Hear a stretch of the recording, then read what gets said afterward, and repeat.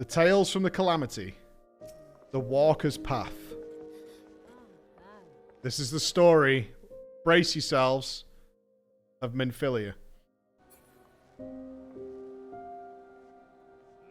White and red. A flurry of petals falling upwards to the sky, like rain returning to the clouds. Please come back to me, Father. Please. Incense and unguent. I can't breathe. She waited for the telltale rise and fall of his chest.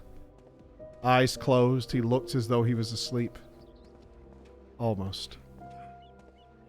I'm not ready to say goodbye. Burning. The desert sun baked the nape of her neck as she clenched her hands and stared at the liars. Her father had warned her that Uldar was dangerous, that they must keep to themselves and avoid attracting undue attention. In the end, however, it was not an Imperial agent that took his life, but a Gubu, freed from its magical fetters during a parade. An accident. My fault. I'm so sorry, Asilia. I never thought. We never meant for her fault. I know this wrong cannot be righted, but I will make what amends I can, I swear to you. Murderer. It had been their scheme. They would stop the Gubu and become heroes to the people. No one was supposed to die. But you will, all of you. Yet Philomene weathered her curses and held her tighter. Even when it hurt you to do so. And though the hatred which once filled her heart did not vanish, it gave way to another sensation. A warmth Asilia once thought lost to her. Mother. It was solely a means to maintain the fiction. Her father's Garlean spy masters still sought Asilia for her father's betrayal. But no one would seek Minfilia. An Alamegan orphan adopted by an Uldan woman seeking to fill the void left by her lover's death. It's just another lie, she told herself. Woven with the truth, but a lie nonetheless. And then, one day, it wasn't anymore. A name-day gift for my nearest Minfilia. Belated, I know, but in my profession, unexpected delays are only to be expected. The thrum of conversation in the quicksand had masked the bard's approach. Minfilia hastily put away the remnants of her reminiscence and turned to face him.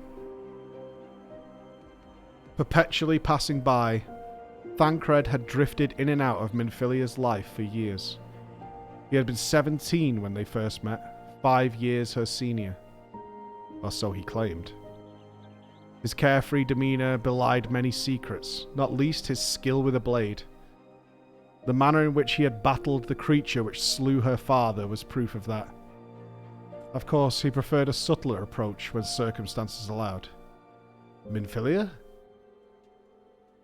It is as much his name as it is mine, Minfilia thought wryly. He had all but chosen it. As they sat down together at the quieter end of the bar, she was struck by the intimacy of their collusion, and felt a flush creep up her neck. The parcel she received for her 18th birthday contained a mithril dagger, and a sealed missive. From my mentor, Thancred explained, the man responsible for transforming a Luminson wharf rat into the paragon of virtue you see before you. Minfilia cocked an eyebrow. And how many maidens fair has said paragon deflowered since arriving in Uldar, pray tell? Thancred smirked and gestured to the missive in Minfilia's hands. To whom do I owe the pleasure, she wondered, unfolding the parchment. The words were written in an elegant, flowing hand. You have walked in the memories of others, have you not? She recoiled from Thancred, the parchment crumpling in one hand as the other sought the hilt of the mithril dagger. What did you tell him? She spat. In a moment of weakness, Minfilia had confided in Thancred about her visions, fragments of the past she had started to glimpse a year before. No one else knew what she had seen. All that I have heard her voice. If the bard was surprised by her reaction, he did not show it. Read on, he said quietly. All the way to the end. I ask only that. It is foretold that on the cusp of an umbral calamity, individuals blessed with the power of the echo will appear, the letter continued. During the 6th umbral era, when the waters rose to swallow the land, the 12 archons who stood against the darkness each bore this blessing. Minfilia looked up to see Thancred staring at her. He abruptly turned away. The histories paint a fanciful picture of these gifted souls. Through countless retellings, the Archon's deeds are become a myth. Their powers more akin to gods than men. However, there are 2 things of which I am now certain. First, their gift, the Echo, granted them the power to walk within the memories of others. Second, though Minfilia knew how the sentence would end, her breath caught in her throat as she read Louisoix Levieur's next words. You have been blessed with the self-same power. After a time, she spoke. You cannot be serious. He is, Thancred replied. For once, the bard's voice was devoid of affection. Master Louisoix believes that we are on the verge of an umbral calamity, and that your gift is the key to ensuring our survival. Happy name day, thought Minfilia numbly. In stunned silence, she listened as Thancred proceeded to reveal that he was in fact a member of the Circle of Knowing, an organisation founded by his Sharlayan mentor to forestall the coming of the 7th Umbral era. He and his colleagues had been dispatched to Eorzea's 3 key seats of power to further this cause by any means necessary. A liar, she thought. But that much was clear from the start. How you choose to use your gift is your decision, he concluded. You've no obligation to us, nor to the realm. Come to that. But for better or worse, this is your legacy. You could no more run from it than you can from yourself.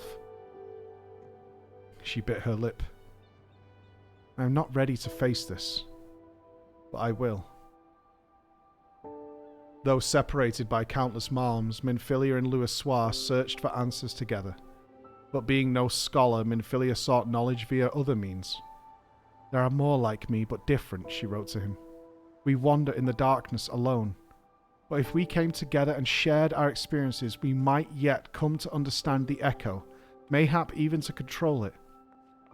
Splendid idea, yet fraught with peril, Louisoix warned.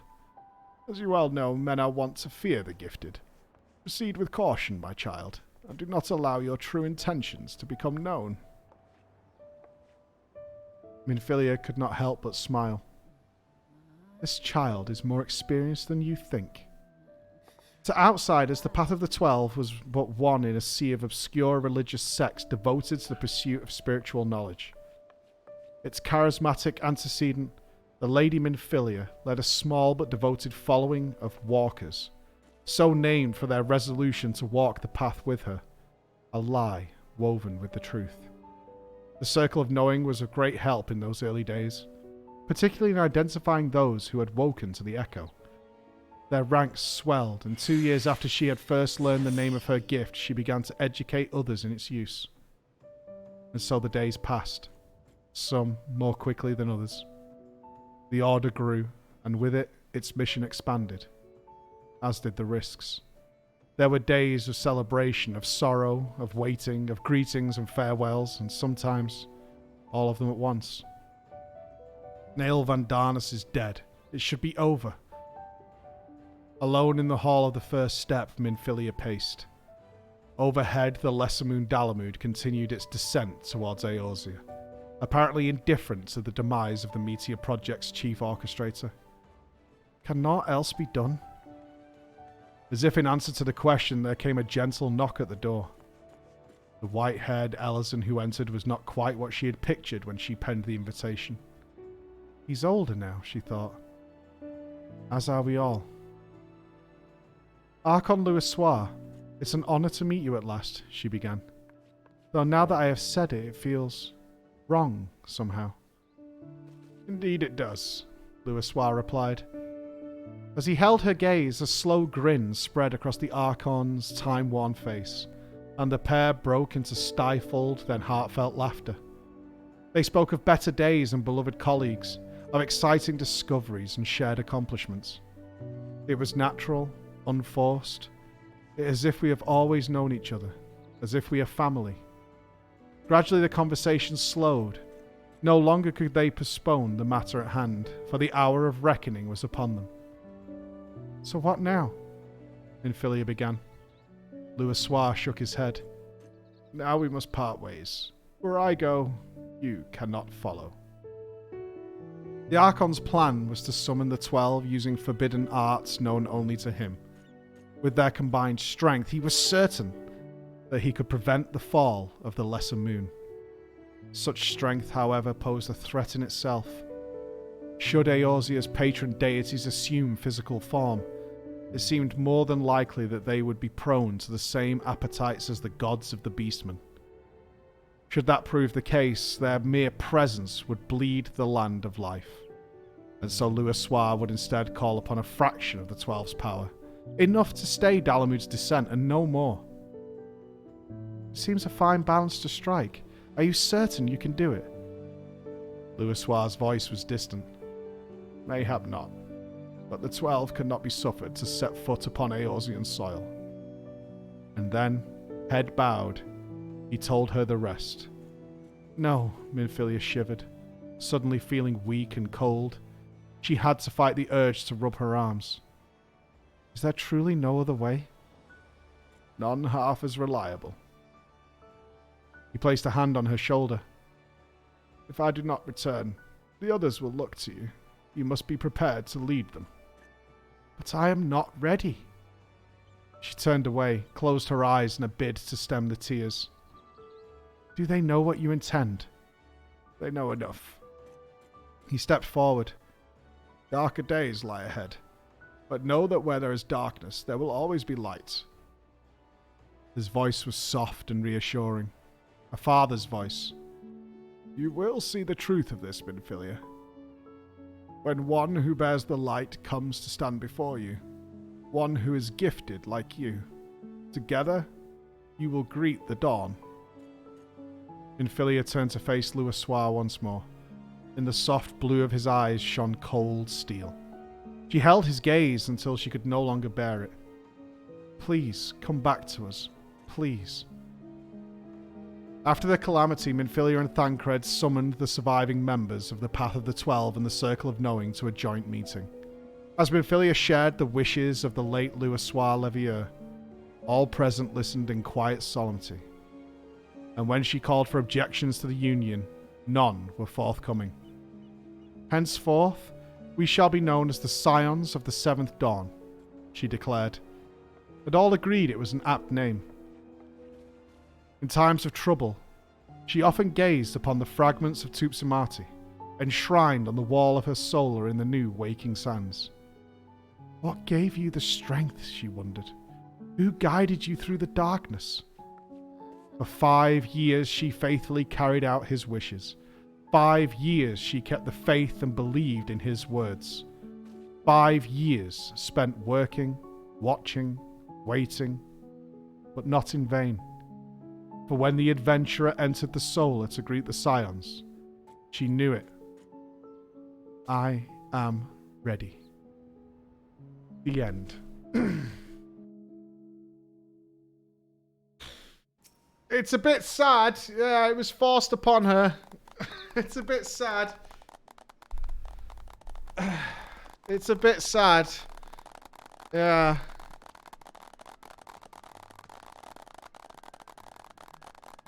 It's a bit sad. That's me. I'm the adventurer. It's a bit sad. It's a bit sad. Story hitting different. Well, I told you Minfilia was no amateur. She was no amateur. You know what I mean? Feels strong. Yeah, she did it. Only in the wake of us. The stories are from here. So we've got one more for A Realm Reborn, and then we've got the Heaven.